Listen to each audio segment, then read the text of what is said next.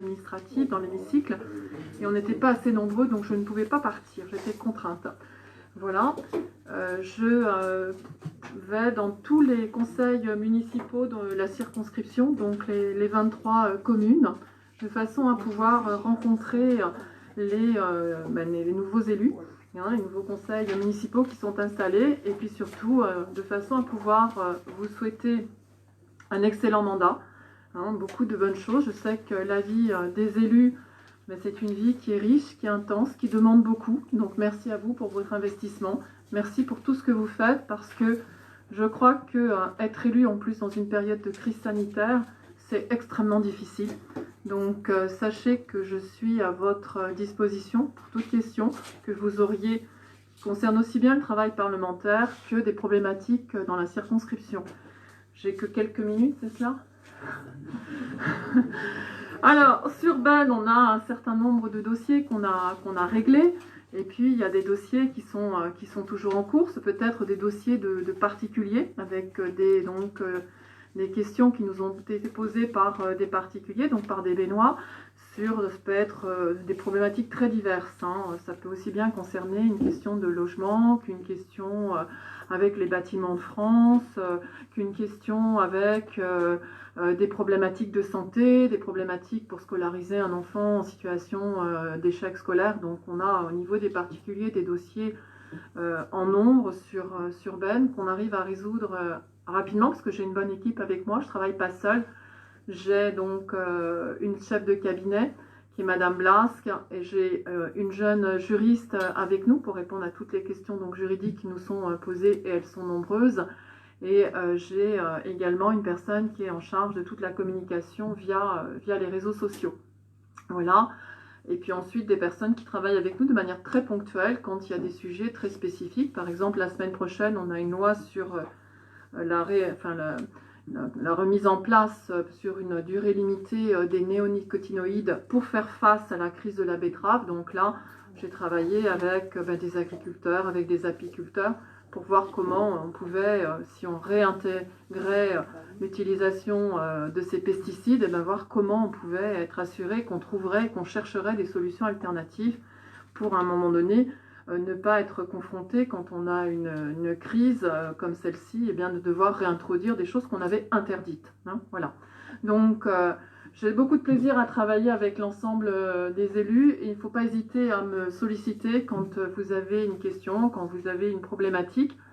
Et au niveau des dossiers de la ville, de la commune de Ben, on a la problématique du château. J'ai relancé du mur du château. Là, j'aimerais bien que ce soit résolu. Donc, j'ai un suivi très rigoureux et avec la DRAC. Donc, on est en attente. On a relancé, je crois encore cette semaine. Voilà. Et puis, bien sûr, le collège de Ben. Voilà. Après, je suis à votre disposition. Il ne faut pas hésiter à me solliciter. Yves a toutes mes coordonnées. Donc, mon numéro de portable, c'est moi qui décroche. Je décroche toujours. Je rappelle, vous laissez un message. Ou mon mail, florence-grandjus@assembléenationale.fr. Et vous pouvez être assuré que lorsque vous nous sollicitez, on répond rapidement, parce que c'est mon objectif aussi, c'est de pouvoir vraiment délivrer un service de proximité aux administrés et aux élus locaux. Et c'est pourquoi je fais les permanences parlementaires dans toutes les mairies. Toutes les mairies, je remercie d'ailleurs les maires, m'ont ouvert les portes de la mairie dès que j'ai été élue, puisque c'était mon souhait de ne pas avoir une permanence parlementaire dans un seul lieu de la circonscription quand on a 23 communes, donc, et éviter que les administrés se déplacent. Voilà, je crois que c'est bon. Je peux prendre une ou deux questions si j'ai un peu plus de temps. Voilà, n'hésitez pas si vous avez des questions, des remarques.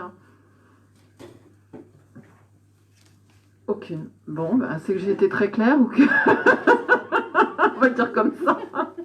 Si la semaine prochaine, il y a un texte important qui arrive dans l'hémicycle, et il y a le texte sur l'agriculture, c'est ce que je vous disais, on va réintroduire des pesticides par rapport uniquement à la culture de la betterave, mais on a de la culture betteravière dans les Yvelines, on a des agriculteurs même dans la circonscription, donc c'est important aujourd'hui ne pas laisser dans une situation économique extrêmement difficile, complexe, et donc sans solution. On a également un texte important sur la condition animale, Donc je pense que vous avez vu que j'ai signé ce qu'on appelle le référendum d'initiative partagée, parce que je pense qu'on se doit de progresser sur la condition animale. Ça ne veut pas dire que lorsqu'on signe un texte, enfin on signe un référendum d'initiative partagée, qu'on est d'accord pour tout ce qui est dans le référendum, loin de là. Ça veut dire simplement qu'on veut le débat. Et je souhaitais le débat. Et il y aura le débat parce qu'il y a un groupe donc politique qui a fait une proposition de loi sur un certain nombre de mesures.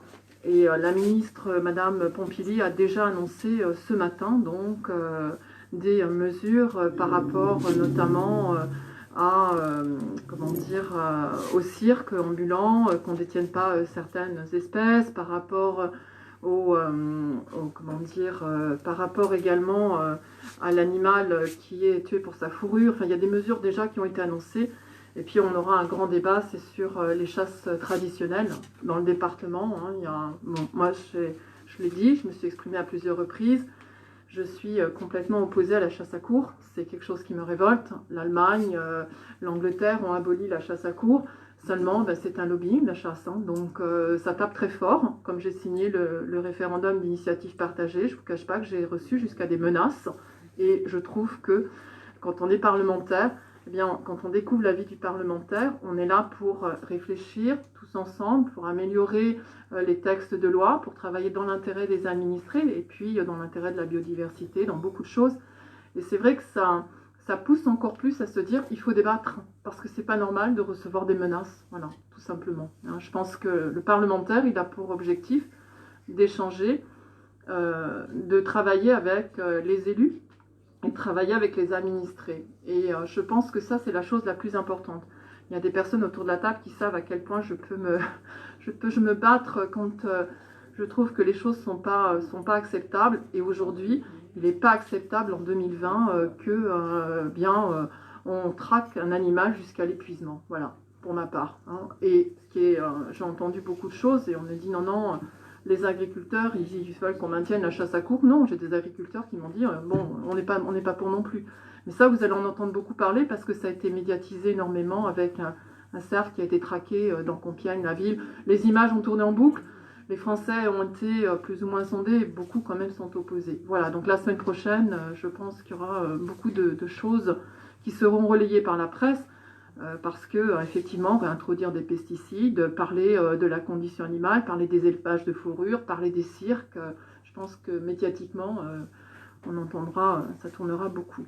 Voilà, je ne sais pas, toujours pas de questions. J'ai dépassé 5 minutes. Voilà, donc je me déplace, je me mets où, dis-moi. Enfin, félicitations, je vois que vous avez tous votre masque. Je ne trahirai pas les conseils où j'ai pu aller, où on n'a pas forcément le masque, mais je sais que c'est pas évident de parler avec le masque. C'est extrêmement difficile de le porter toute la journée, de le porter en réunion, mais la condition sanitaire l'exige, et vous avez vu, le préfet des Yvelines a pris des mesures également de durcissement par rapport aux réunions, et donc de façon à préserver au mieux notre santé, nous devons de porter le masque. Je vais mettre où, dis-moi. Où tu veux.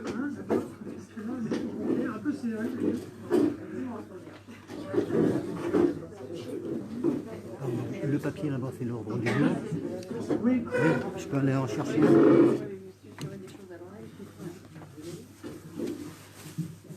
Bien, merci Madame la députée. Restez avec nous quelques instants.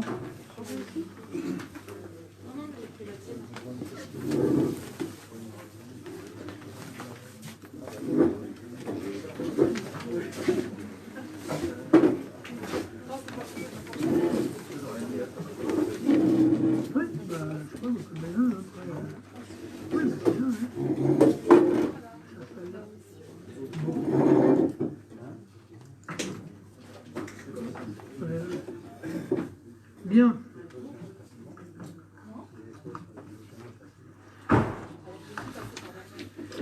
Donc nous allons ouvrir ce conseil le 29 septembre et nous allons procéder suite à la démission de Madame Christelle Sébaud. Non. Et nous allons installer donc Monsieur Philippe Gascoin. Merci d'être présent. Voilà, donc nous allons faire l'appel. Yves Revel, présent. Thierry Deléan, présent. Annick Pandolfi, présent. Philippe Lecoustour, présent. Sophie Mérès, présent. Michel Noblet, présent. Céline Morin, présent. Félicien Margaritas, présent. Patricia Charton, présent. Marcel Belleuil, présent. Noël Proust, présent. Marie-Josée Rossi-Jaouen, Véronique Lemoine, présent. Philippe Miraud, présent. Isabelle Rambose, présent. Joël Maillard, présent. Martine Joly, présent. Monsieur Serge Terrin absent est représenté par Madame Sophie Mérès, pouvoir à Madame Sophie Mérès, Philippe Guillonneau, présent. Xavier Lefebvre, présent. Myriam Mathieu, présent. Jessica Kelly absente, pouvoir à Monsieur Félicien Margaritas, Monsieur Claude Copin, présent. Madame Sylvie Béguier, présent. Monsieur Stéphane Tronche, présent. Monsieur Nelson de Santos, Monsieur Serge Loisel, présent. Et donc Monsieur Philippe Gascoin. Présent. Monsieur Coury, je l'ai oublié, excuse-moi. Je suis passé directement. Bien. Alors, modification de la composition des commissions municipales. Conformément au Code général des collectivités territoriales, notamment son article L 2121-22, le Conseil municipal a procédé à la création des commissions municipales et à la désignation de leurs membres. Suite à la démission de Mme Christelle Sebaud, il y a lieu de désigner un nouveau conseiller pour siéger dans les commissions municipales. Par ailleurs, M. Nelson dos Santos a fait part de son souhait d'intégrer l'ensemble des commissions. Cela est faisable dans la mesure où la délibération numéro 2020-060, adoptée le 4 juin dernier, prévoit un siège par commission pour la liste Nouvel Élan pour Ben. De plus, il est proposé de modifier la liste des membres de la commission aux ressources humaines. En conséquence, il convient de modifier la composition des commissions municipales. Conformément à l'article 2121-21 du CGCT, le conseil municipal peut décider à l'unanimité de ne pas procéder au scrutin secret pour les nominations ou présentations, sauf dispositions législatives prévoyant expressément ce mode de scrutin. Si une seule candidature a été déposée pour chaque poste à pourvoir au sein des commissions municipales ou dans les organismes extérieurs, ou si une seule liste a été présentée après appel de candidature, les nominations prennent effet immédiatement dans l'ordre de la liste, le cas échéant, et il en est donné lecture par le maire. Alors, comme nous avons 3 délibérations concernant des modifications de composition, je vous propose, si vous en êtes d'accord, à l'unanimité, de ne pas procéder au scrutin secret, de voter à main levée. Monsieur Claude Copin? Ah, vous êtes d'accord alors? Bon, on vote alors. Voilà, qui est pour? Monsieur le maire, s'il vous plaît. Oui, compris. Juste une petite question. Si j'ai compris ce qui est indiqué, ce qui a été demandé par Monsieur Nelson dos Santos, c'est que donc, compte tenu que nous sommes chacun seul dans notre patrie, nous sommes appelés à éventuellement nous retrouver dans chacune des 12 commissions qui existent. Et donc, parce que je me suis ému auprès de vos responsables donc, qui nous sont invités à venir ce soir, qui m'ont invité ce soir.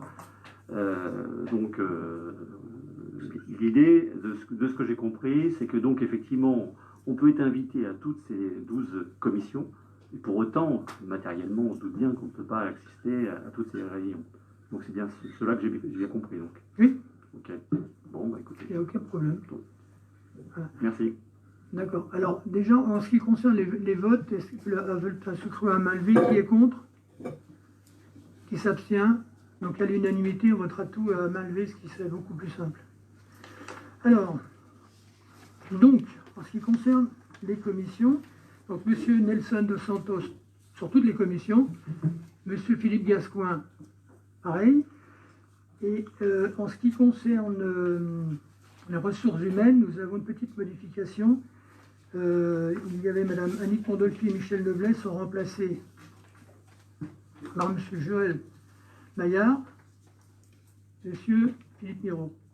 Ben, très bien. Alors, on vote par commission. Vous voulez qu'on vote pour l'ensemble des modifications? Hein, c'est l'ensemble? Ok. Bon. Vous voulez que je vous fasse la liste de toutes les commissions ou c'est pas la peine? Vous les avez? Très bien. Alors, qui est contre les propositions qui sont faites? Qui s'abstient? Donc, à l'unanimité. Merci.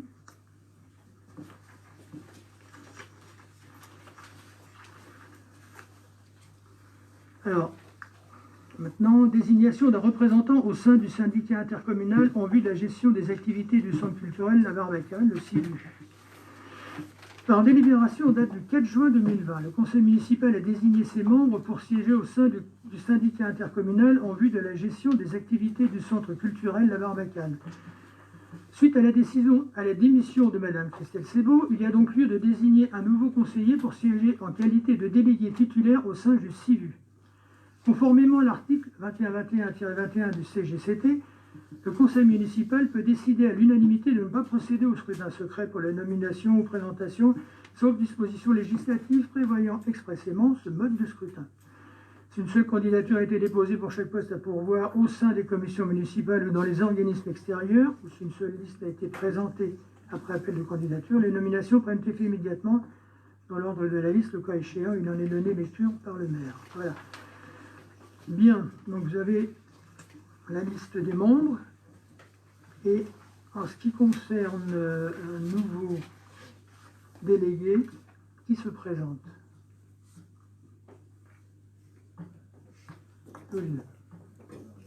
Donc nous allons procéder à un vote.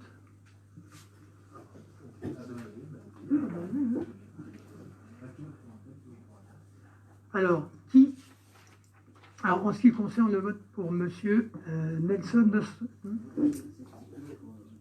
qui vote pour Monsieur Nelson dos Santos.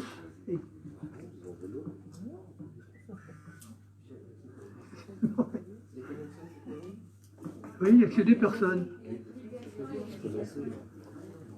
Qui vote pour Monsieur Philippe. Alors pour l'instant, le vote pour Monsieur Nelson dos Santos, il est tout seul. Qui vote pour Monsieur Philippe Gascoin.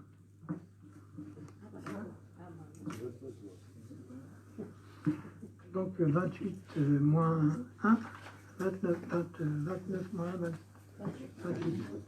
Je peux compter. Je vais y arriver.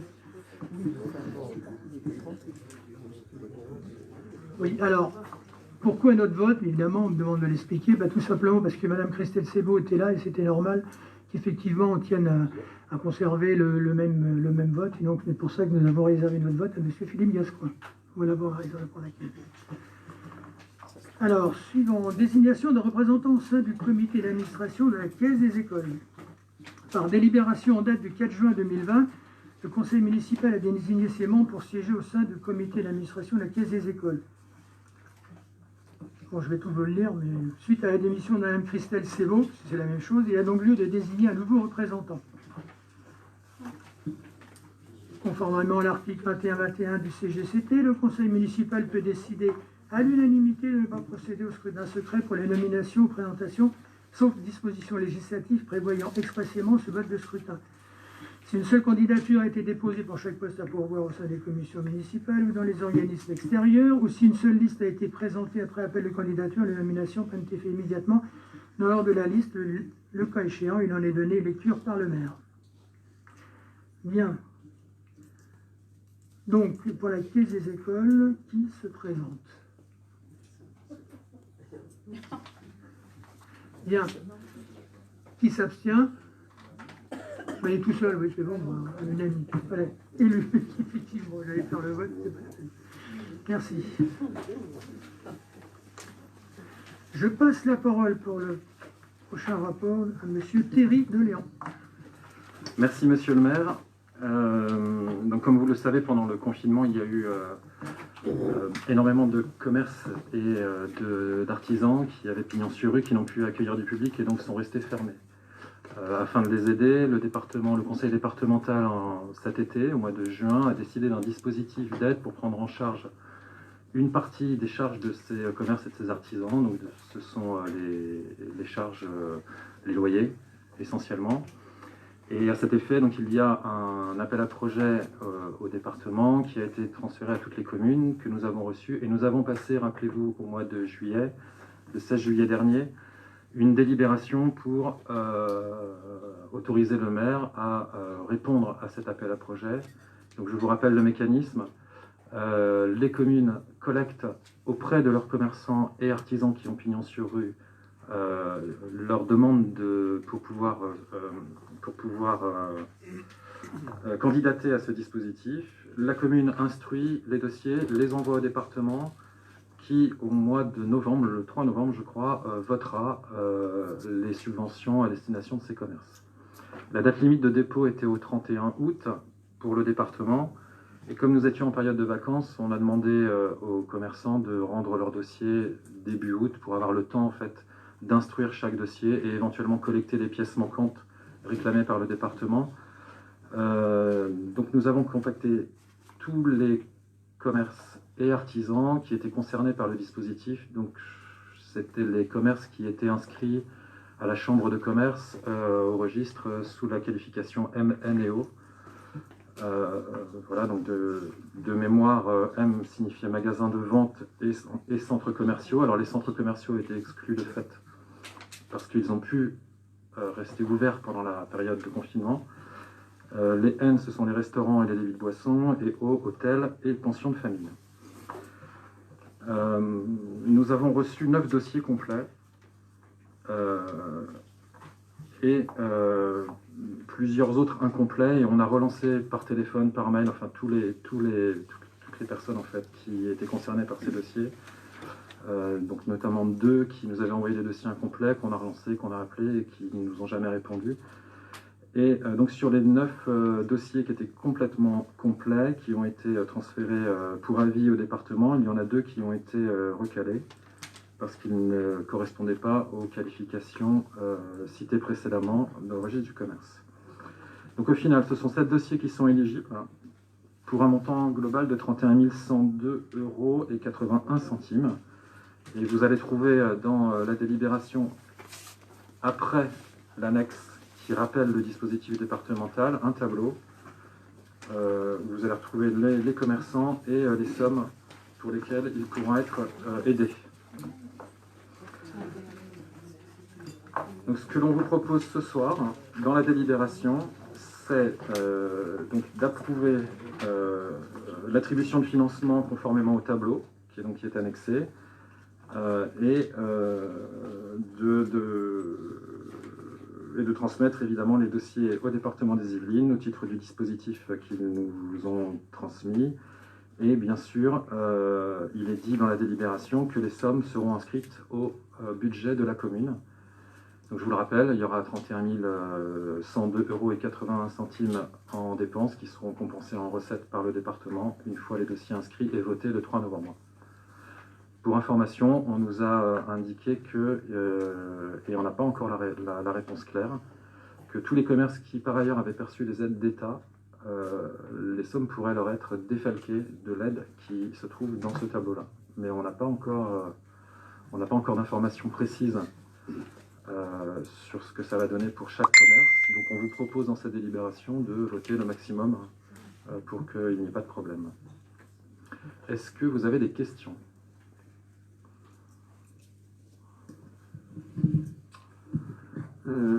Oui, j'avais une petite question. Donc en fait, il y a 9 dossiers qui ont été retenus. Alors j'ai compris aussi que des dossiers qui n'étaient pas complets, que les entreprises ont été relancées. Pour autant, quelle proportion d'entreprises qui ont fait un dossier, même incomplet, par rapport donc aux 9 qui ont subsisté, qui sont retenus pour l'allocation de solidarité? Alors j'ai pas bien compris la Si question. aujourd'hui, dans ce dossier, on retient, il y a 9 entreprises en fait qui vont pouvoir bénéficier de cette allocation. 7. Donc, combien d'entreprises ont pris quand même soin de déposer un dossier, même incomplet? C'est pour avoir une idée de... En fait, 10. Il y en a un qui était incomplet, qu'on a relancé plusieurs fois et qui nous a jamais répondu, donc on n'a pas pu finaliser la demande. Donc il en restait 9, et sur les 9, il y en a 2 qui ont été qui sortaient du dispositif. Donc tous ceux qui ont tenté leur chance ont quand même eu une chance de réussir. Donc, il y en a 9, enfin il y en a 7 sur 9, sur 10 en fait. Et, sachant que, pour rappel, hein, c'était vraiment tous les commerçants et artisans qui pouvaient recevoir du public dans leurs locaux et qui n'ont pas pu les recevoir du fait du confinement. Donc, ça ne s'adressait pas par exemple aux artisans qui ont leurs locaux professionnels chez eux ou qui interviennent au domicile, mais qui n'avaient pas l'habitude de recevoir du public chez eux. Donc cela a été exclu de fait du dispositif du département. Et de plus, bon, c'est au niveau du département que cette aide est distribuée. Est-ce que la commune ou Cœur d'Yvelines ont la possibilité également de faire quelque chose ou pas? Parce que peut-être, oui, ce n'est pas aussi dans leur vocation. Alors à la communauté de communes, il y a eu le principe de baisser de plus de 20% la CFE pour l'année prochaine. Là, pour le coup, je crois, pour toutes les entreprises du territoire. Et par ailleurs, pour la commune de Benne, alors, on ne va pas se cacher derrière notre petit dos en disant que ce n'est pas de la compétence de la commune, mais en fait, on doit faire des choix par rapport au budget que nous avons et aux recettes. Et nous interviendrons principalement et essentiellement pour les habitants directement, donc les associations et tous les autres. Et après, au cas par cas, on verra ce qu'on peut faire s'il y a vraiment des catastrophes annoncées, quoi. Et par ailleurs, vous verrez dans une délibération après, on a déjà commencé à travailler pour protéger le commerce de proximité et on va vous proposer une délibération qui va dans ce sens aussi. Merci. Question? On passe au vote. Qui est contre? Qui s'abstient? Unanimité? Je te laisse la parole. Eh bien, voici la fameuse délibération dont je vous parlais juste avant. Bon, vous le savez, nos commerces de proximité, quels qu'ils soient, sont mis en danger, mais pas que à Benne, hein, dans toutes les communes, notamment par moi ce que j'appelle la prédation des centres commerciaux. D'ailleurs, la course en avant des grands centres pose problème pour nos communes, puisqu'en fait on nous vend toujours l'idée que ça va créer de l'emploi. La réalité des chiffres, lorsque vous regardez même les rapports à l'IAU en Ile-de-France, c'est que les emplois ne sont pas créés, ils sont déplacés. Et donc à terme, au bout de 2-3 ans, chaque emploi qui s'est créé dans un centre commercial, en fait on a détruit un autre dans un petit commerce. C'était pour l'introduction. Et donc face à ça, en toute transparence, nous nous sommes rapprochés de la ville de Houdan, qui est très active sur ce sujet-là, pour engager certaines dispositions. Et la première, ça va être de travailler avec la Chambre des commerces des Yvelines, que l'on va rencontrer dans 15 jours, pour définir en fait donc les zones, ce que vous trouvez dans l'exposé des motifs, pour identifier en fait les zones sur lesquelles la commune pourrait éventuellement poser des préemptions sur les baux commerciaux, pour éviter que petit à petit tous nos commerces de proximité se transforment en agences ou en banques, chose que l'on voit dans en agence immobilière ou en banque, chose que l'on voit dans beaucoup de communes. Donc cette délibération en fait vous propose donc de mandater le maire pour engager toutes les démarches nécessaires. Bien évidemment, à chaque fois qu'une délibération engageante sur le sujet devra être passée, elle repassera devant vous pour le vote. Mais on voulait également envoyer un message à l'extérieur par cette délibération pour dire qu'on va être en soutien, et on est en soutien de nos commerces de proximité, et on va faire tout ce qui est en notre pouvoir pour les préserver et pourquoi pas le développer. Est-ce que vous avez des questions sur la délibération ? Alors, c'est pas une observation sur la délibération, c'est plutôt pour rappeler que ça fait déjà 12 ans que je suis conseiller municipal et que maintes et maintes fois, j'ai pris en exemple Monsieur Tétard. Parce que ce que lui a réussi à faire dans le Houdanais, on aurait pu le faire à Benne. Mais une certaine inertie a fait que nous n'avons rien fait. Donc je suis fort aise de constater aujourd'hui que vous allez vous emparer de ce dossier. et je vous en remercie. Merci. Question, on passe au vote. Qui est contre? Qui s'abstient? Unanimité. Merci. Suivant. Alors, conclusion d'une convention de partenariat avec la société GRT Gaz, qui a fait beaucoup de débats dans les séances précédentes. Alors, je vais lire l'exposé pour que tout le monde soit bien au fait. Lors des travaux de reconstruction de ces installations de compression à benne, l'entreprise GRT Gaz s'est acquittée des mesures compensatoires imposées par la loi en cédant à l'ONF une surface de bois dans le massif forestier de Rambouillet. Cette compensation réglementaire ne bénéficiant pas directement aux habitants de Benne, l'entreprise s'est engagée à financer un projet environnemental à Benne à hauteur de 53 000 €. Cette somme correspond à la valeur, à dite d'expert, des 5 hectares supplémentaires de forêt occupés par les nouvelles installations. Il ne s'agit donc pas de mesures compensatoires réglementaires, mais d'un acte volontaire de l'entreprise. Depuis 2014, la somme est inscrite au budget de la commune et associée au financement d'un projet de renaturation et de restauration hydraulique de la Mauldre en centre-bourg. Or, stricto sensus, ce projet relève de la compétence GEMAPI, gestion du milieu aquatique et prévention des inondations, qui sera transférée au 1er janvier prochain au syndicat intercommunal d'aménagement de la Mauldre supérieure, le SIAM, à la communauté de communes Cœur-d'Yvelines. En phase étude, la commune intervient par délégation du SIAMS et ce montage ne sera plus possible en phase travaux. L'aide de GRT Gaz est donc affectée en partie à l'étude de programmation du projet, qui est subventionnée à 80% par l'agence de l'eau, puis en phase réalisation, elle est affectée à des aménagements urbains associés au projet, support de communication, cheminement et aménagement urbain ou paysager le long de la rivière. Il est aujourd'hui proposé de formaliser cet engagement dans le cadre d'une convention de partenariat. Cette convention permettra notamment que la somme soit payée en totalité dès la signature et non en fonction de l'avancement de l'opération. La commune s'engage à informer le partenaire de l'avancement du projet. Le logo de GRT Gaz figurera sur les documents de l'étude et sera apposé sur les futurs aménagements. Parallèlement, le logo de la commune figurera sur toutes les communications de GRT Gaz sur ce projet.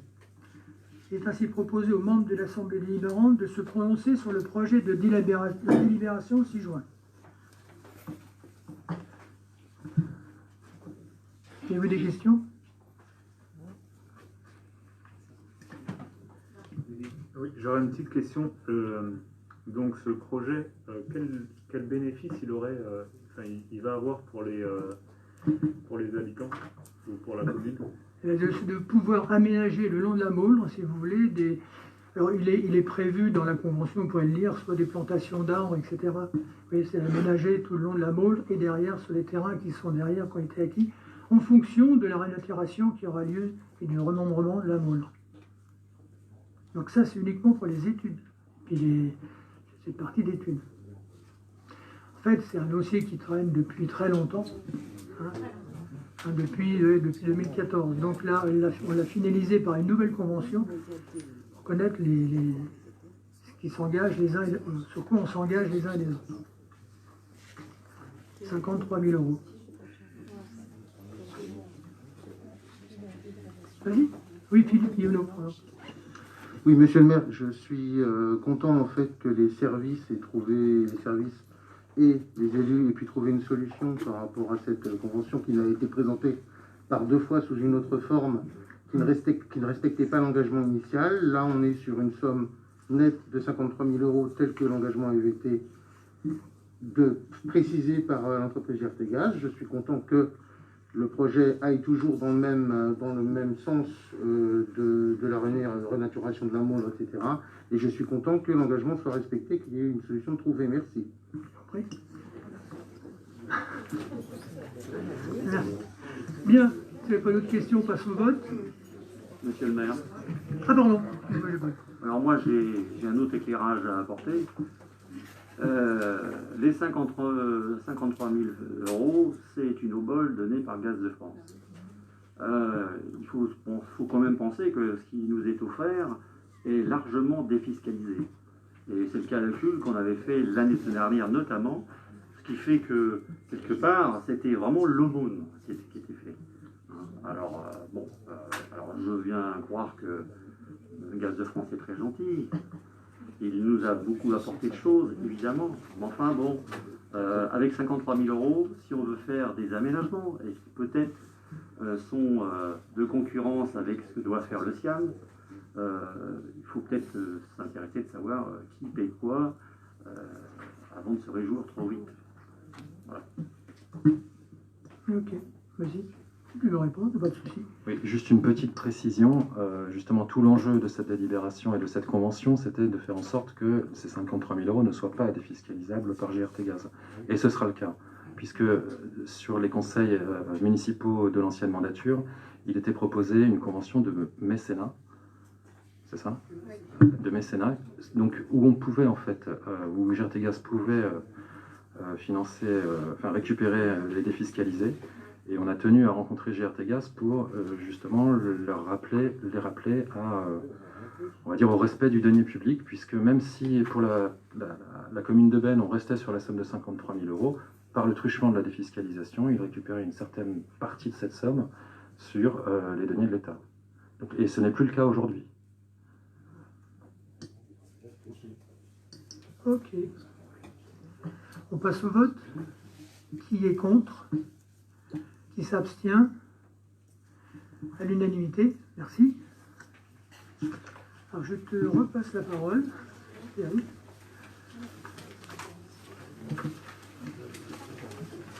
Alors, la délibération suivante propose que la commune se porte garante pour un emprunt auprès de l'immobilière 3F en vue de la création de 16 logements sur l'ancienne route de Frileuse. Donc c'est un dispositif habituel en fait où les communes garantissent l'emprunt de sociétés immobilières, enfin de bailleurs sociaux, souvent. Bien évidemment, on a fait une étude de l'immobilière 3F rapide de ses actifs et de ses passifs. Il y a peu de chances que cette société soit en défaut de paiement. Enfin, si elle l'est, il y aura une bonne partie de la France qui risque d'avoir des problèmes. Donc la délibération vous propose que la commune soit garante d'un emprunt de 1 877 000 euros. Vous trouverez la convention de l'immobilière 3F avec la Caisse de dépôt et consignation pour les détails de cet emprunt. Et à titre d'information, pour anticiper les questions éventuelles, aujourd'hui la commune a un tout petit peu plus de 5 millions de capital restant dû. Elle est garante d'un peu plus de 5 millions, donc, auxquels vont s'ajouter les 1 800 000. Et on a fait on va dire l'inventaire et l'étude interne de toutes les sociétés pour lesquelles la commune est garante. Et comme je vous le disais précédemment, on court très peu de risques. Et si ces entreprises venaient à s'écrouler, on aurait de gros problèmes en France. Mais ce ne sera pas le cas. Et puis par ailleurs, ce genre de dispositif permet également à la commune d'avoir des parts réservataires sur les logements qui sont créés. Donc les dossiers, je crois qu'il y en a qui ont été instruits il n'y a pas longtemps, les dossiers sont déposés au CCAS, et donc les dossiers des particuliers qui candidatent pour ces logements sont instruits au CCAS et attribués par la commission au CCAS. Est-ce que vous avez des questions complémentaires ?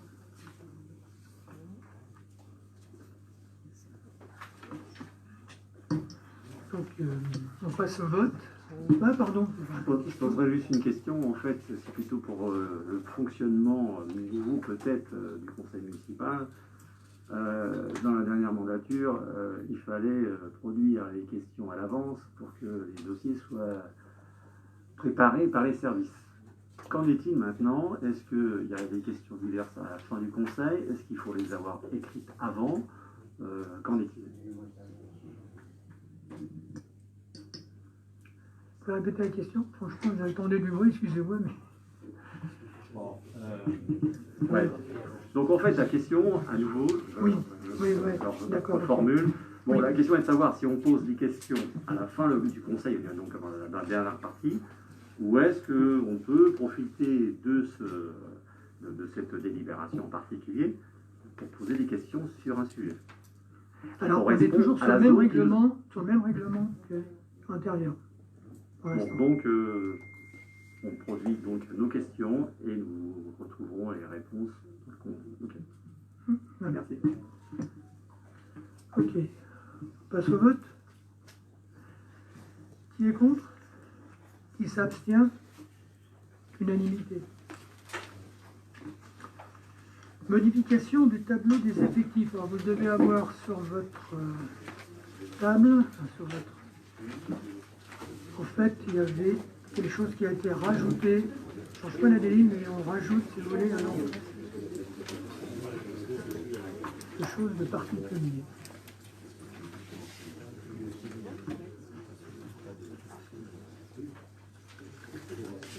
Alors, compte tenu des différents mouvements de personnel, il convient de mettre à jour le tableau des effectifs de la ville en important les modifications liées aux changements mentionnés ci-après. Filière police. Un agent de l'APM a quitté la collectivité le 1er septembre dernier. La procédure de recrutement a été lancée, elle s'est avérée fructueuse pour le remplacer.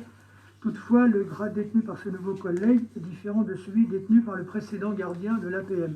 Alors, je voudrais en profiter pour vous présenter notre nouveau policier municipal, j'espère qu'il est toujours là, c'était dans l'entrée. Voilà, monsieur David Ayot, qui est là depuis 3 semaines maintenant, le 14 septembre. Voilà. Et donc, il s'est déjà attelé à la tâche depuis 2 semaines, avec beaucoup de soucis qu'on a découverts depuis quelques temps. Voilà, donc il sera... il aura un collègue à partir du début octobre qui viendra compléter. Oui, voilà. Oui, jeudi. Voilà, c'est ça. À partir de jeudi, il y aura un nouveau collègue en attendant de reconstituer complètement l'équipe municipale. Qui était évidemment depuis policiers municipaux, comme vous le savez, depuis fin juillet. Voilà. Donc, heureux de l'avoir retrouvé et bienvenue dans la commune.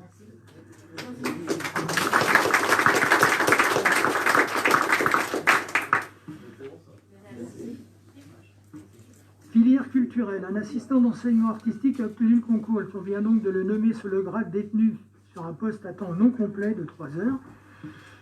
Par ailleurs, il convient de réserver son poste pour un agent reconduit qui était précédemment à l'activité accessoire, qu'il convient de nommer sur un emploi permanent de la collectivité pour 3 heures hebdomadaires.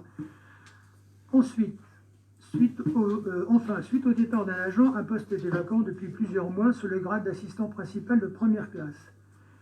Emploi non permanent, la bibliothèque propose des ateliers de calligraphie très appréciés des habitants. La personne occupant le poste était jusqu'alors en activité et intervenait en rémunération accessoire. En retraite depuis cette rentrée, il convient de créer des vacations permettant de poursuivre cette collaboration. Il y a 2 interventions par mois. Compte tenu de ces éléments, il convient d'apporter les modifications suivantes. Donc, dans la filière police, création d'un poste de brigadier-chef principal, suppression d'un poste de gardien-brigadier. Dans la filière culturelle, création d'un poste d'assistant artistique principal de 2e classe, suppression d'un poste d'assistant artistique principal de 1re classe. Et emploi non permanent, création d'une vacation à 50 € brut pour 2 heures environ. Il est par conséquent proposé aux membres de l'Assemblée délibérante de valider le tableau des effectifs ainsi modifié. Avez-vous des questions?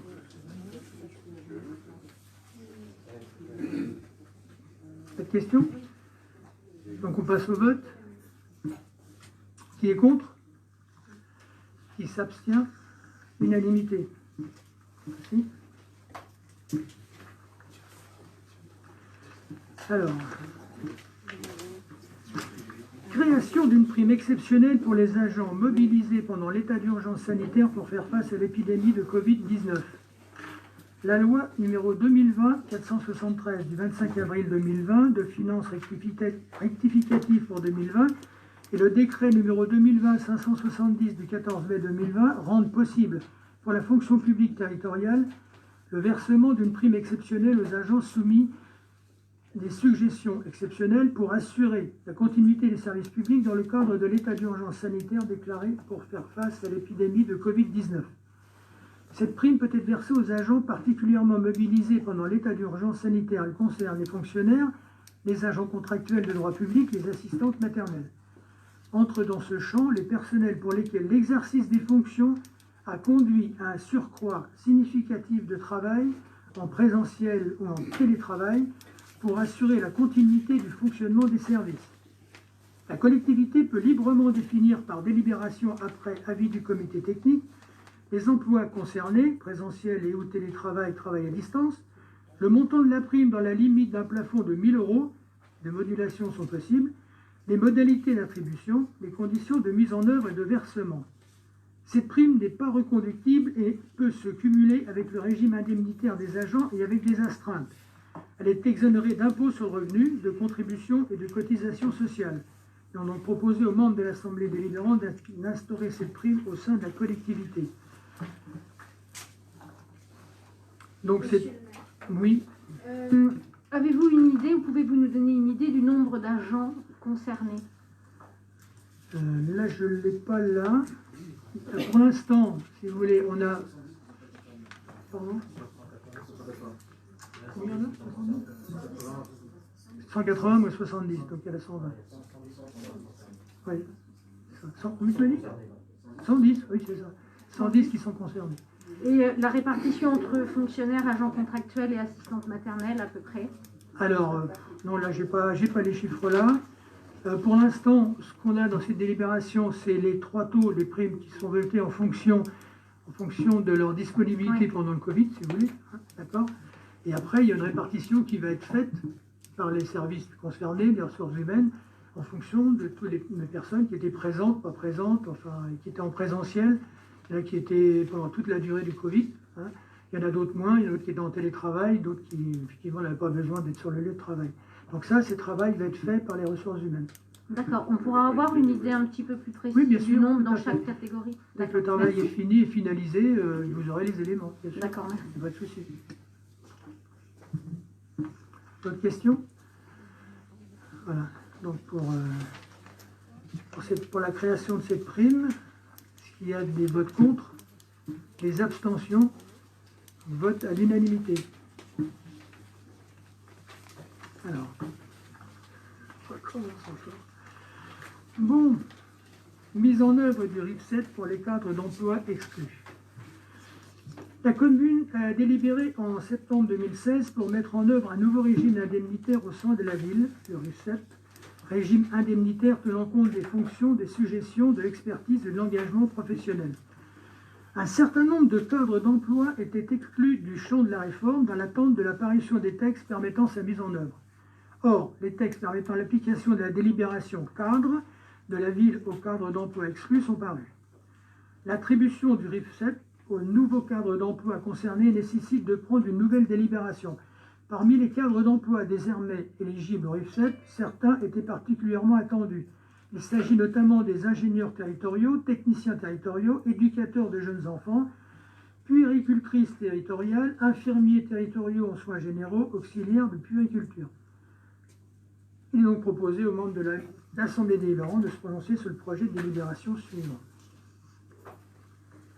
Donc c'est pour inclure en fait un certain nombre de cadres qui ne faisaient pas partie des précédentes délibérations.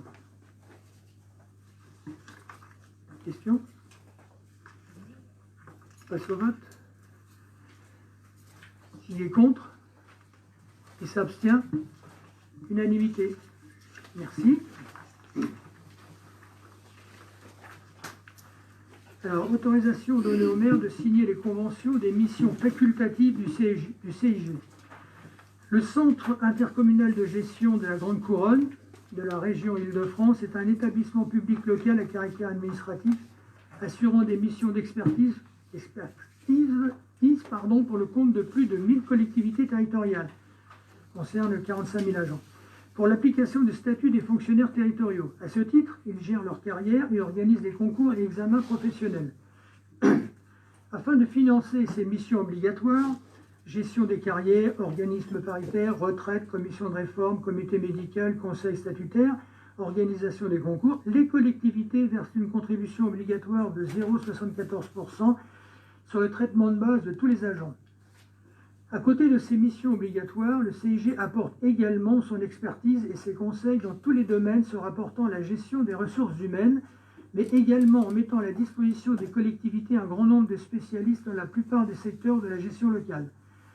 Il s'agit de assistance retraite, médecine de prévention, service de remplacement, service archives, service assistant assistance à maîtrise d'ouvrage, service de conseil en informatique, service de conseil en contrat public et finances, service de conseil en assurance et protection sociale complémentaire, service de prévention des risques professionnels. Les missions supplémentaires à caractère facultatif sont accessibles sur simple demande auprès des services et donnent quant à elles lieu à un financement par convention. Les tarifs s'établissent sur la base d'un taux horaire fixé par le conseil d'administration du CIG. En fonction de la nature de la prestation, ils s'établissent dans une fourchette entre 40 et 70 euros de l'heure. Pour la période 2020-2021, le service des archivistes itinérants, de l'assistance à maîtrise d'ouvrage de conseil en informatique pour le transfert du logiciel RH, de la médecine de prévention et de l'assistance retraite seront sollicités. Ces structures constituent des points d'appui précieux lorsqu'une technicité très importante est recherchée pour finaliser un dossier. Ainsi, afin de simplifier les démarches administratives d'adhésion, il est donc proposé aux membres de l'Assemblée délibérante d'adopter la délibération prévoyant d'autoriser le maire à signer les conventions avec le CIG, permettant ainsi un accès réactif aux prestations du CIG. Sur celles qui sont facultatives, je précise, et qu'on les utilise en fonction de nos besoins, bien évidemment. Question? Le CIG, on connaît depuis longtemps. Bien, on passe au vote alors. Qui est contre? Qui s'abstient? Vote à l'unanimité. Merci. Je passe la parole à mon collègue Félicien Margaritas. Merci Monsieur le maire.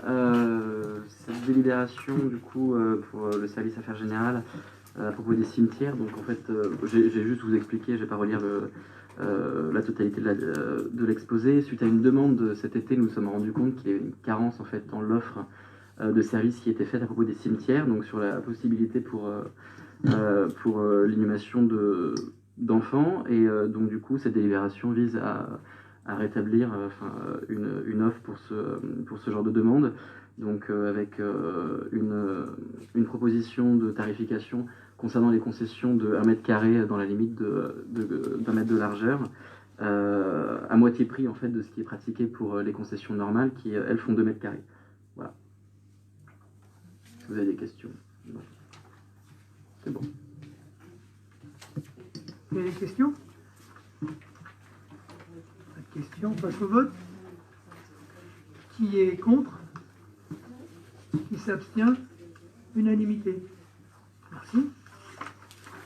Je passe la parole à notre collègue Annick Pondolfi. Merci Monsieur le maire. Pour une conclusion d'une convention de réservation de logement avec l'association FREA.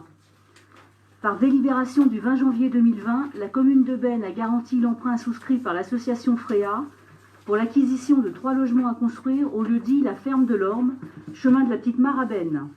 En contrepartie, l'association FREA propose à la commune de conclure une convention de réservation de 2 de ces logements.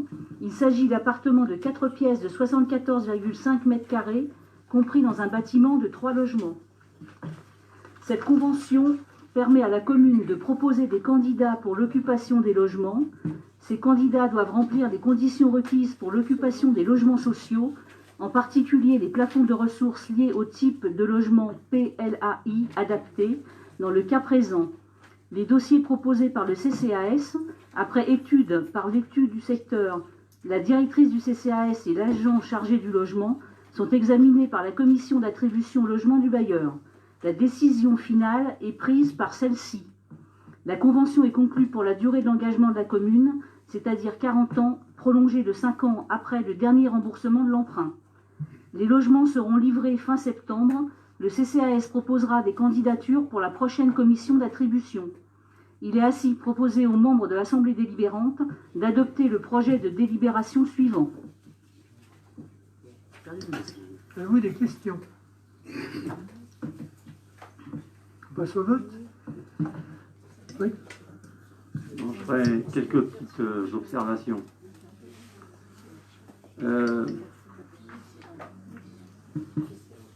Donc la commune garantit l'emprunt, c'est bien, 3 logements.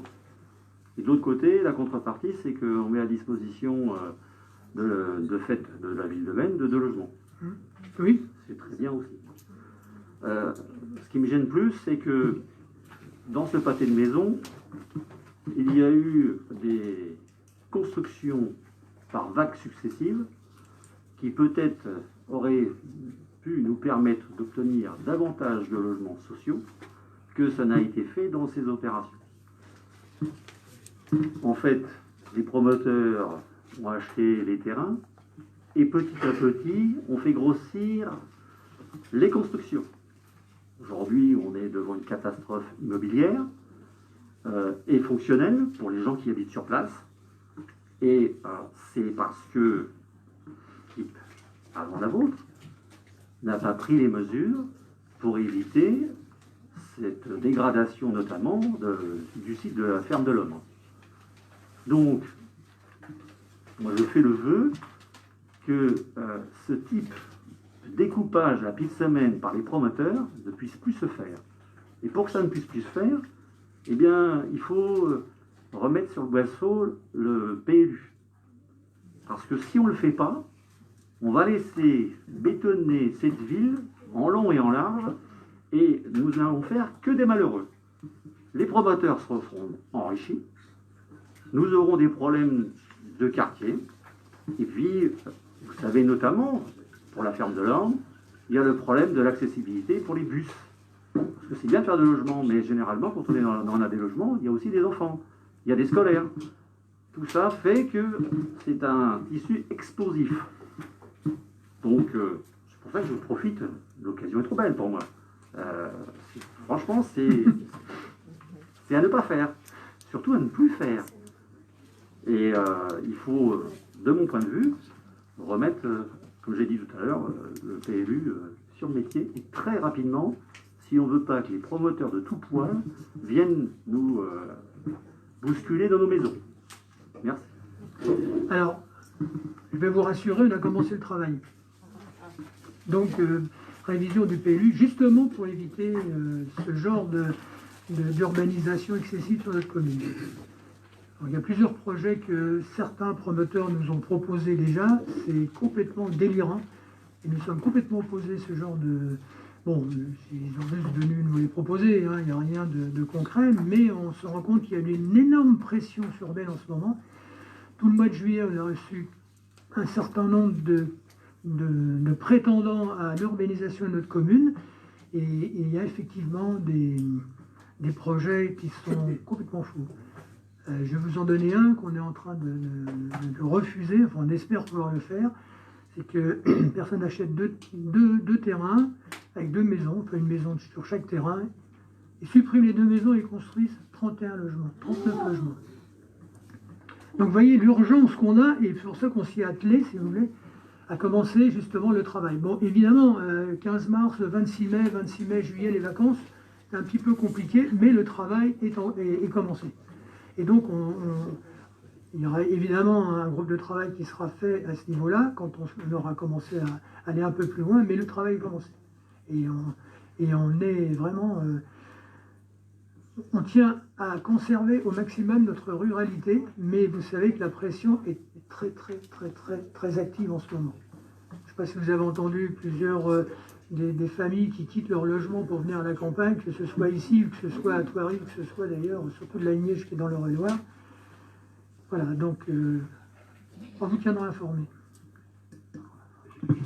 Monsieur le maire, je vais faire juste un petit constat.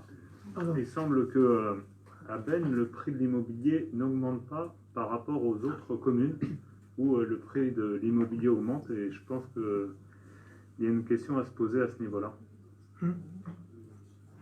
D'accord. Ok.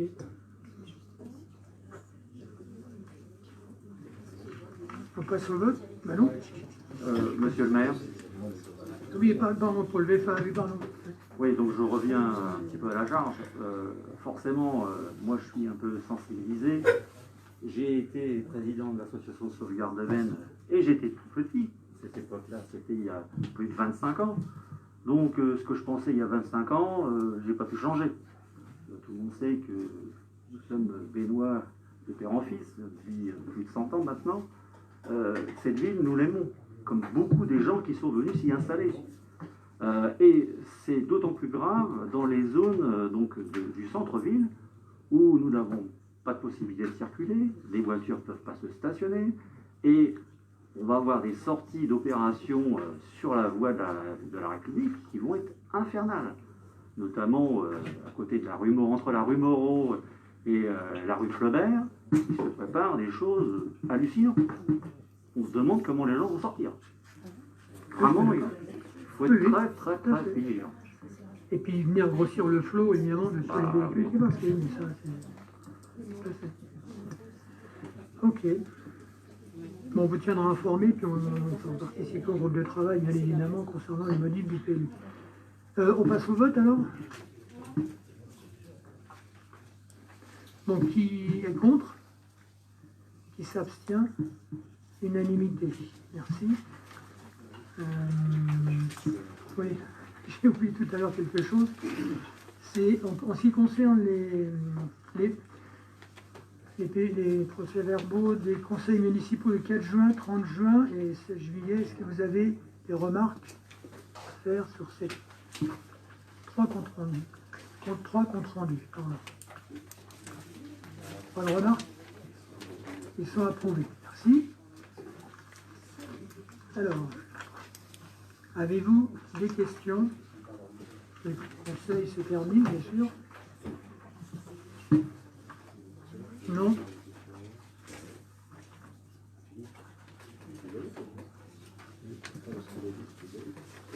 Monsieur le maire, j'en profite pour vous poser une petite question, puisque le local au Val des Quatre Pignons qui a été acheté par la mairie il y a quelques années est en cours d'aménagement par les services. Et il y a une entreprise, Ginger, qui est passée courant du mois d'août et début du mois de septembre, effectuer des travaux de forage dans la copropriété. Des travaux assez importants puisqu'ils sont descendus à plusieurs mètres sous terre. Et je souhaitais savoir pourquoi ces travaux ont eu lieu, quel est l'objectif et quel est leur coût.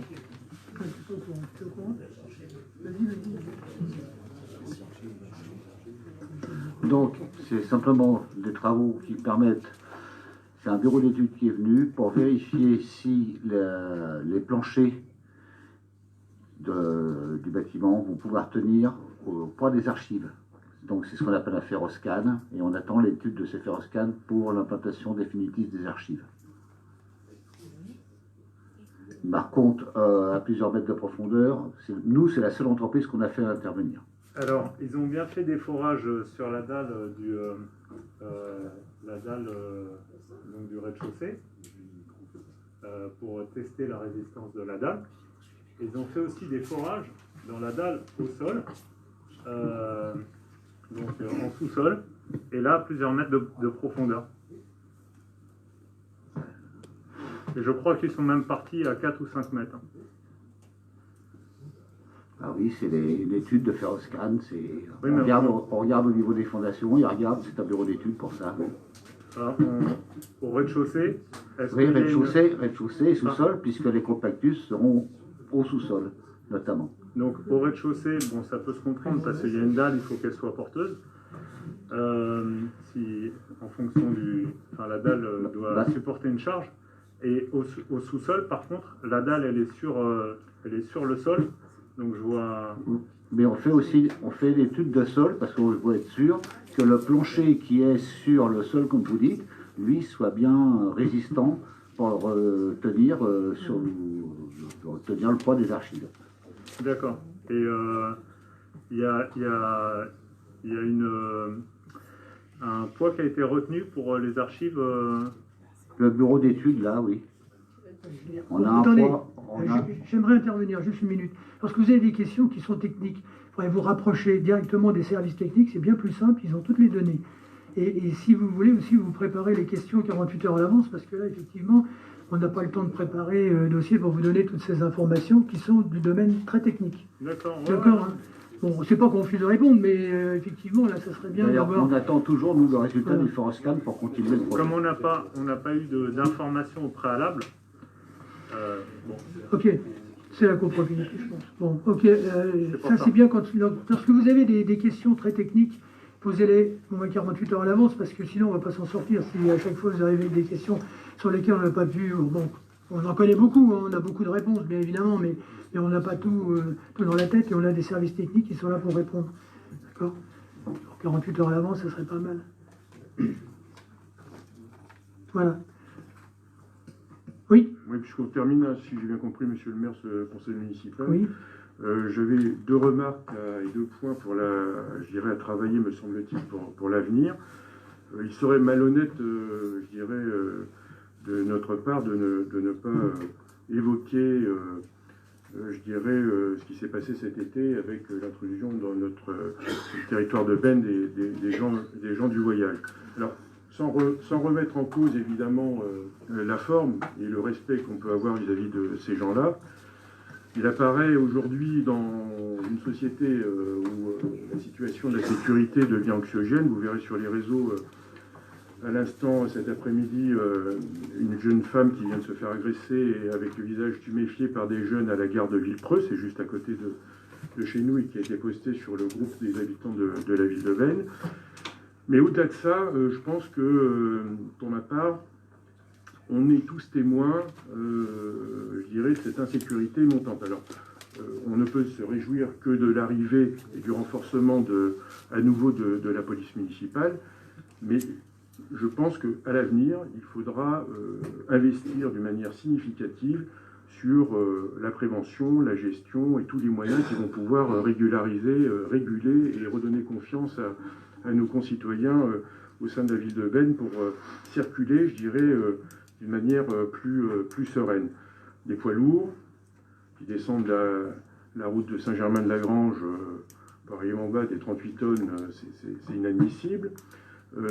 Les concours de vitesse aujourd'hui, les rodéos, et un nouveau phénomène assez récent qui est celui des motos débridées, motocross et autres, qui, si vous empruntez le chemin de la route de Saint-Germain-de-Lagrange, vont tester, faire du commerce, etc. Alors moi, personnellement, je me suis investi un peu sur le sujet, j'en ai interpellé quelques-uns, parce que quand j'ai vu qu'ils passaient devant la maison, en fait, à tombereau ouvert, avec une petite jeune fille derrière, les deux sans casque, je me suis rapproché d'eux pour un petit peu savoir. Voilà. Donc ce sont des gens qui viennent des clés, de plaisir, qui ont trouvé là un terrain idéal pour s'épanouir, faire du commerce de moto. Donc il l'a testé, mettait sa copine sur lui, ils ont 15 ans. Et fort de ça, il y en a d'autres qui viennent un peu plus professionnels avec des camionnettes et autres. Donc le privilège d'être officier de réserve m'a permis de contacter la gendarmerie mobile du département, et avec lequel nous avons eu rendez-vous sur la route de Saint-Germain-de-Lagrange, pratiquement à la sortie, à cet embranchement. Et les motards ont pu constater qu'effectivement, l'environnement, la sécurité et autres n'étaient pas présentes, étaient plutôt propices à ce genre de dévergondage. D'une manière factuelle et avec leur droit de réserve, il est évident qu'ils ont constaté que la ville n'avait pas développé, venait d'arriver jusqu'à présent, les moyens qui permettraient de contrôler et de rendre d'une manière plus sereine, je dirais, nos déplacements et autres au sein de cette ville. Donc je pense qu'à l'avenir, en tous les cas, c'est un axe demandé par les Bénoises, me semble-t-il, et les Bénois, et que malheureusement, je dirais, le climat actuel de notre société fait que il faudra probablement investir sur des moyens significatifs pour sécuriser notre ville. Deuxième point, plus léger, les transports. Je me suis aperçu que 80% des collégiens de Veynes vont vers leur lycée de secteur, donc à Villiers. Et c'est une arlésienne, évidemment, mais beaucoup de témoignages de mamans et d'enfants qu'on voit faire du stop sur la route m'a un peu interpellé. Je me demandais pourquoi il y avait autant d'enfants, de gamins, etc. Parce que l'aménagement des horaires, alors je sais, c'est pas facile, mais à part un ou deux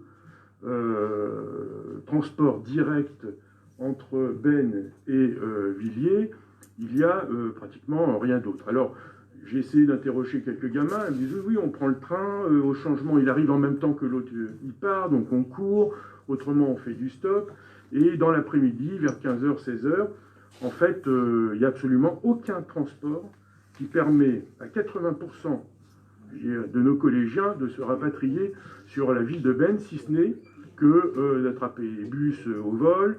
1h45 un gamin, mais pour rentrer de Villiers, donc vous imaginez 1 heure en moins pour faire les devoirs, des changements, j'attrape le bus, la permanence, j'y vais pas, ils sont pas prévenus, ils sont là, donc ils tournent en rond, ils attendent, on sait ce que ça donne. Donc là aussi, je pense, un sujet à l'avenir à voir au niveau des transports et enfin d'améliorer la sécurité de 80% de nos collégiens qui se baladent entre Ben et Villiers. Très bien. Merci. Alors, je vais vous répondre à la première partie de votre exposé et mon collègue répondra sur la deuxième. En ce qui concerne la sécurité, donc moi j'ai reçu le nouveau lieutenant de la brigade de Georges Pontchartrain ainsi que le commandant de la brigade de Saint-Germain-en-Laye. Donc nous avons décidé lorsque le deuxième policier municipal sera arrivé, d'établir un diagnostic de la commune, sur tous les points. Il n'y a pas que de la vitesse, mais aussi des carrefours qui sont dangereux, il y a aussi des endroits où les gens ont des difficultés à passer, par exemple. Et à la suite de ça, nous allons établir, on a commencé d'ailleurs, une convention entre notre police municipale et la gendarmerie. Alors à ce sujet, j'ai déjà signé un certain nombre d'arrêtés concernant l'interdiction de tout véhicule à moteur sous cette sécurité, bien sûr, dans un certain nombre de chemins de la forêt de Ben, puisque là, comme vous disiez, il y a des rodéos, effectivement. Et là, il y a danger, parce que sur les chemins de la forêt, on peut très bien buter sur une racine, et puis voilà, il y a déjà eu des accidents. Donc ça, j'ai déjà signé un certain nombre d'arrêtés sur l'interdiction de des véhicules à moteur, sauf évidemment, comme je le disais, les véhicules de sécurité ou d'intervention. Juste pour vous signaler que on est quand même au fait de tout ce qui se passe. Certains de mes collègues me disent que j'ai un deuxième bureau à la gendarmerie. J'arrête pas de déposer des plaintes, que ce soit ailleurs pour des déchets, que pour plein de choses, si vous voulez. Donc on est vraiment sur le sujet. Bon, alors ça avance, bien entendu, avec ma collègue à côté, Sophie Mérès, qui est en fait en charge de la sécurité, et avec un de nos collègues qui est absent ce soir, et qui travaille, et on va travailler aussi en commun avec les policiers municipaux de Saint-Germain-en-Laye, de Poissy, etc. De manière à essayer de faire en sorte que notre commune, on évite, atténue autant que faire se peut, si vous voulez, toutes ces nuisances. D'accord ? Alors je sais qu'il y a un certain nombre de caméras et on a l'intention d'en développer aussi, de manière à pouvoir appréhender plus facilement. On l'a déjà fait sur certains dépôts de déchets sauvages. Grâce à nos caméras, on a pu retrouver les auteurs et évidemment les faire verbaliser par la gendarmerie. Voilà. Donc j'en suis, je ne sais pas combien de plaintes, mais on est vraiment dessus. Je te laisse la parole concernant le transport. Voilà. Oui, en fait, le transport, alors ça fait le transport des lycéens surtout, des lycéens. Entre Ben et Villiers, ça fait des années, il y a toujours eu ce sujet. Donc, on a décidé d'engager 3 actions. Notre collègue Sophie Margaritas, qui est notre représentante au CITER, est intervenue mardi sur le sujet. Et en clair, le syndicat nous dit, bon, vous savez, c'est vers les transporteurs qu'il faut agir. Donc en fait, par rapport à ça, on va faire 3 choses. La première, on va se rapprocher du proviseur du lycée pour connaître les effectifs des élèves ainsi qu'une estimation du nombre d'élèves par horaire, par tranche horaire, pour avoir des arguments factuels en fait à présenter. On a constaté plusieurs fois, puisque connaissant déjà ce sujet, on s'est positionné quelques matins pour voir le départ des élèves sur les bus. La difficulté, notamment pour le centre de Ben, c'est que le bus qui va à Villiers, sur Ben, c'est l'avant-dernier arrêt et c'est une ligne régulière. Et très souvent, il n'y a plus de place pour les élèves. Alors selon les chauffeurs, ils prennent les élèves malgré tout dans le bus, mais les élèves sont debout, ce qui est interdit, puisque ça ne respecte pas les règles de sécurité. Et puis parfois, ils refusent les élèves qui restent sur Ben et qui après se débrouillent, comme vous le dites, pour aller jusqu'au lycée. Et puis pire, parfois, comme c'est une ligne régulière et qu'il y a beaucoup de circulation sur Ben le matin, eh bien le bus ne passe pas par le centre de Ben, il va directement à Villiers, il fait sur le marché, Villiers direct, sans passer par Ben, et là on a tous nos élèves sur Ben qui restent coincés. Donc sur ce sujet-là, on va saisir les 2 opérateurs qui sont sur ces lignes de transport.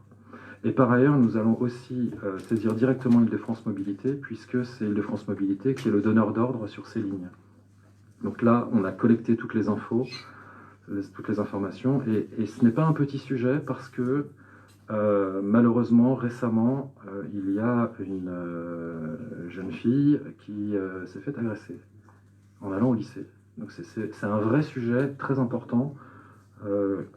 Et la difficulté donc, sur Ben, c'est que nous ne sommes pas traversés par des lignes régulières et il faut impérativement que l'on pèse de tout notre poids, et on compte aussi sur vous dans vos relais dans les instances supérieures, pour appuyer la création de lignes spécifiques pour nos lycéens et nos lycéennes. Il faut demander à Monsieur le maire. Monsieur le maire, est-ce que je peux intervenir par rapport à la problématique des transports? Oui.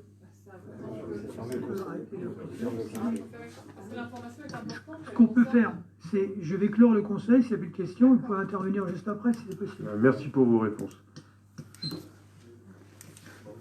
Ouais, mais...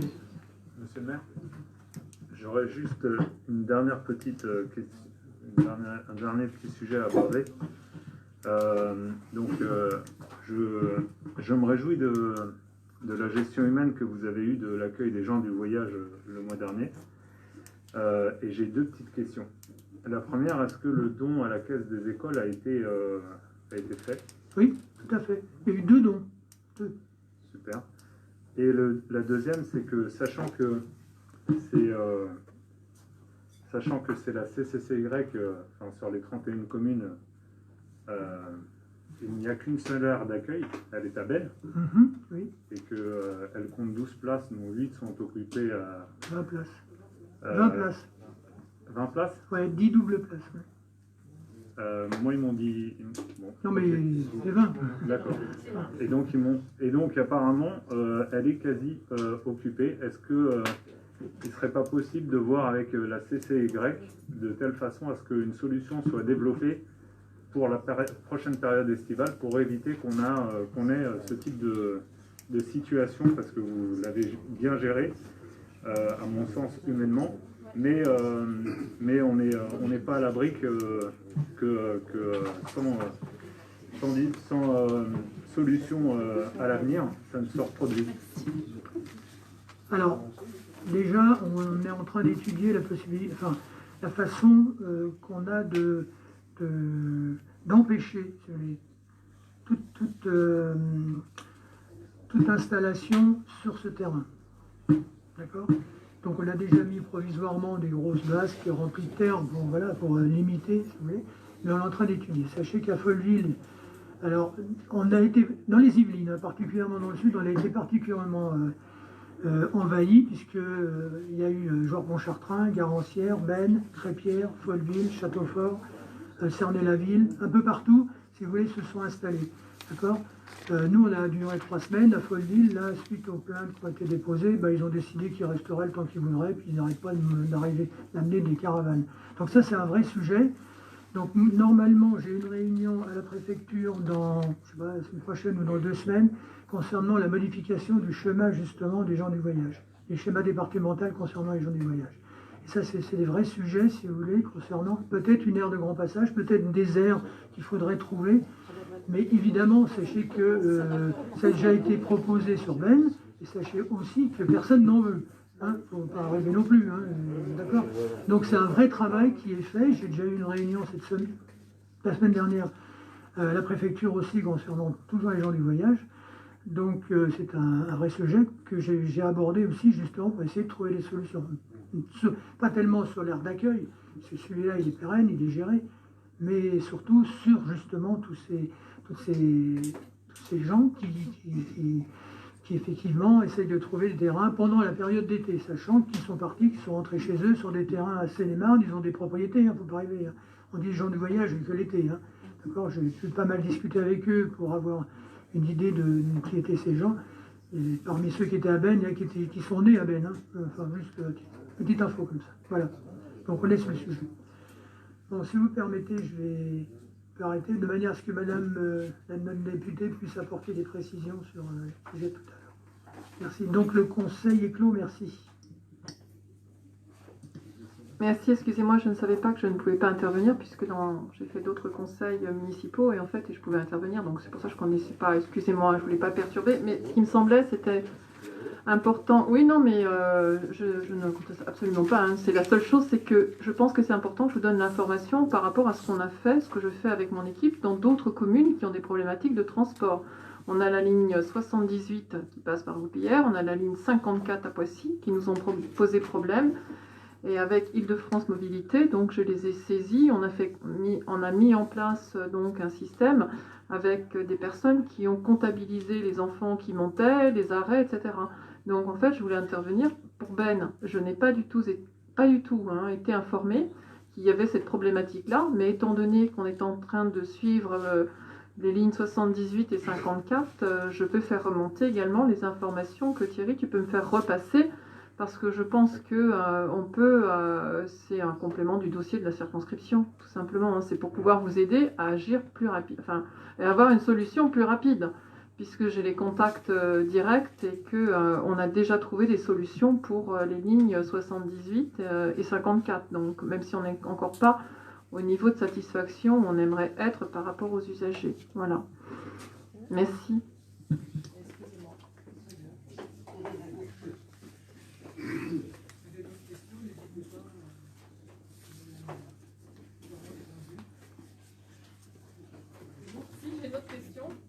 Excusez-moi, j'ai entendu les déchets.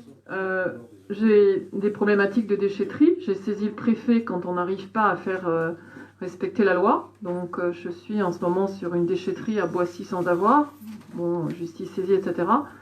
J'ai souvenir j'étais intervenue pour l'entreprise sur la route Storengy. On avait obtenu, ça a coûté je ne sais pas combien à l'entreprise, hein, puisqu'ils m'ont donné l'information, mais comme je leur ai dit à un moment donné, bon. Mais là j'entends que tu as à nouveau des problèmes, c'est où?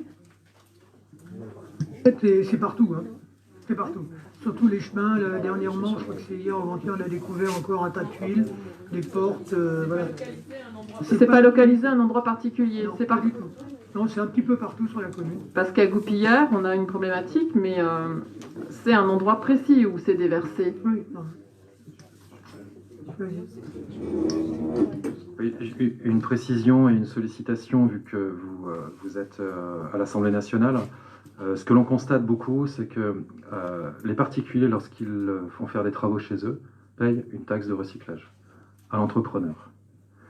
Et pour plein de raisons que je ne commenterai pas, qui parfois sont légitimes parce que souvent c'est dur d'être petit artisan et entrepreneur, les entrepreneurs sont obligés de payer pour aller déposer leurs déchets dans les déchetteries.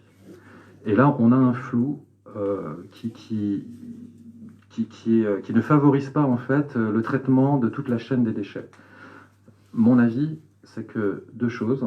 Il faudrait faire en sorte déjà que le schéma régional, en tout cas pour l'Île-de-France, le schéma régional d'implantation des déchetteries soit accéléré, puisque le plan a été voté l'année dernière au Conseil régional, et ça va prendre un certain temps, qui dit en gros il doit y avoir une déchetterie à moins d'un quart d'heure de chaque habitation.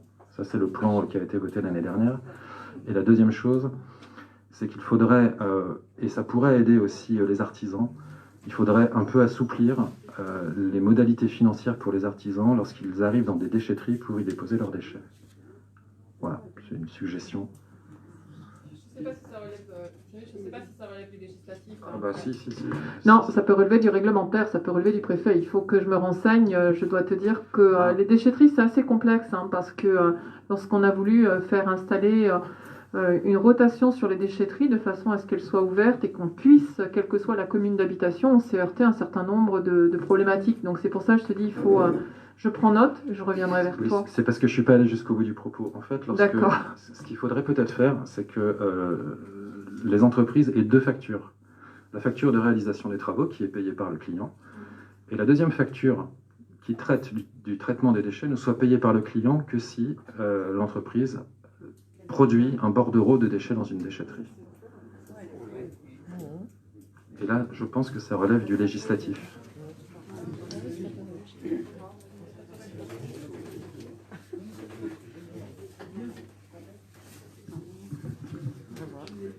Oui, effectivement, pour la facture acquittée, c'est déjà quelque chose que j'avais déjà évoqué ici. Si on ne prend pas l'argent dans la poche de la personne, il ne fera pas. Hein, et c'est comme ça que la route qui nous permet d'accéder donc à l'ère des gens du voyage sert de dépôt pour tout le monde. Il n'y a pas de raison qu'on fasse du dépôt sauvage. Et effectivement, il faut que pour payer une facture, un client, aussi petit soit-il, il faut qu'il ait la preuve que son fournisseur a bien été en décharge déposer ses affaires. Hein, sinon, c'est insoluble cette histoire-là.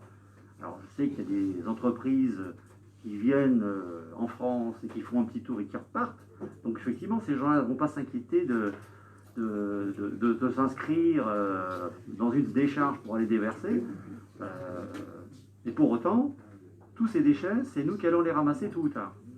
Et c'est comme ça aussi chez les gens du voyage. Moi, j'ai travaillé à l'agglomération et donc j'avais les aires des gens du voyage. Et bien, c'était permanent. Quelle que soit la corporation, si c'était des marchands de tapis et de matelas, ils déversaient les matelas. Si c'était des élagueurs, ils déversaient leurs végétaux. Mais si ne se passait rien, c'est sûr qu'on n'en sortira pas. Alors tout à l'heure, on a parlé des heures des gens du voyage. En fait, le problème, c'est que les gens du voyage ont pris l'habitude de considérer qu'à partir du moment où ils avaient mis les pieds quelque part, ils considéraient que c'était chez eux. Et donc, la rotation ne peut pas se faire. Et on essaye, quand j'étais à l'agglomération, on essaye de les faire partir au bout de 4 mois pour qu'une rotation se fasse. Et la période où il n'y a personne sur le camp des gens du voyage, généralement, c'est pour faire le nettoyage et les réparations qui vont avec. Et comme ça, quand ils reviennent pour la rentrée de septembre, tout est magnifique, mais ça ne durera pas plus de 9 mois. Et c'est vraiment un problème d'autorité, et si on ne prend pas les affaires en main, ça perdurera toujours.